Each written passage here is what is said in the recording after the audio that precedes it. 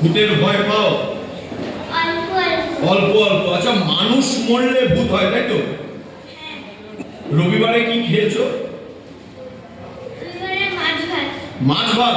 আচ্ছা, মাছটাকে যে কাটলে সেই মাছটা হঠাৎ করে মরে গেল তো, মানে যাকে বড়রা বলে অপঘাতে মৃত্যু।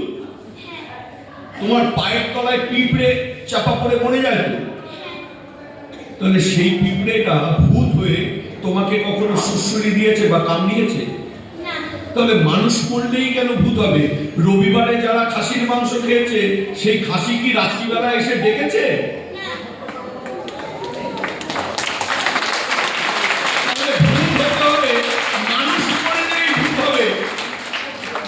এর কারণটা কি? এটা শুধু ভূত আমরা বলছি তা না, এটা মুসলমানরা বলে জিন। যে কোনো মন্দির বা মসজিদে ভূত বা জিন ধরা হয়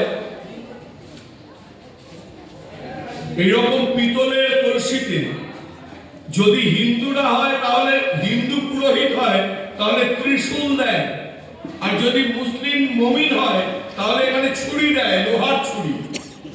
এইবার অনুষ্কার যেটা করতে হবে, এর ভিতরে ভূত আছে। কি আছে? মাইকে বলো, মাইকে বলো, কি আছে? চাল। ভূত না? আচ্ছা, তুমি ত্রিশূলটা ধরবে, মাঝখানটা ধরো, মাঝখানটা নাড়াবে না। হ্যাঁ, নাড়াবে না, নাড়াবে না, ছাড়বে না, ছাড়বে না, ছাড়বে না।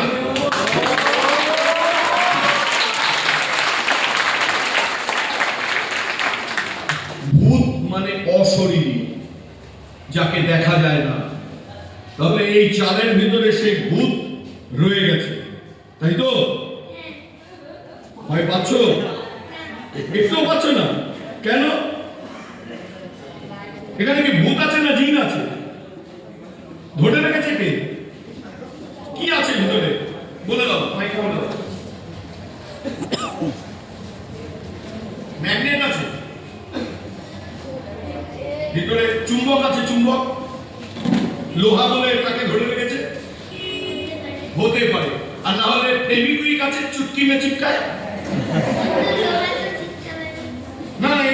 চালের ভিতরে আঠা লোহা আছে, লোহাকে ধরে রেখেছে, চুটকি মে চিপকায়, হতে পারে। আচ্ছা, আমরা দেখে নিই এর ভিতরে কি আছে। এটা ফাঁকা,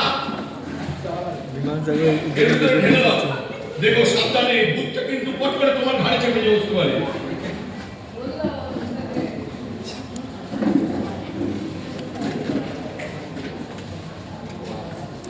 লাগানোই আছে,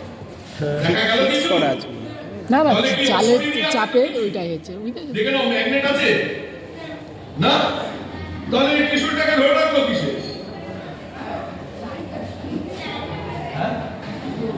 এইটা দেখার পরেও ঠিক বলেছে, একবার ওর জন্য হাত টান।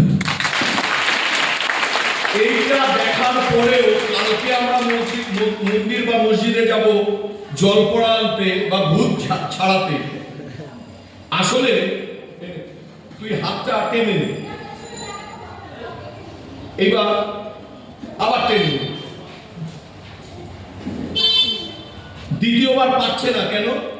না, আমার হাতের ভিতরে যে ফাঁকাটা ছিল প্রথমবারে ফাঁকাটা কম বা বেশি ছিল, বাতাস ছিল, টানতে গিয়ে সহজে নেওয়া গেছে। কিন্তু দ্বিতীয়বার আমি বল প্রয়োগ করেছি, ভিতরের যে বাতাস সেইগুলোকে কমিয়ে দিয়েছি, ফলে ঘর্ষণ বল তৈরি হয়েছে।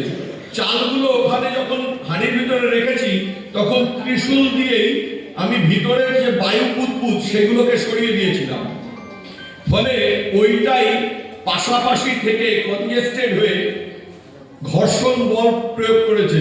সেই জন্য ওটা লোহাই হতে হবে, হয় লোহার ত্রিশূল আর না হলে লোহার ছুরি। আসলে মুমিন বা পুরোহিতের আলাদা কোনো যোগ্যতা নেই, ওটা বিজ্ঞানের যোগ্যতা আছে। সেই জন্য এটা ম্যাজিক নয়, লজিক।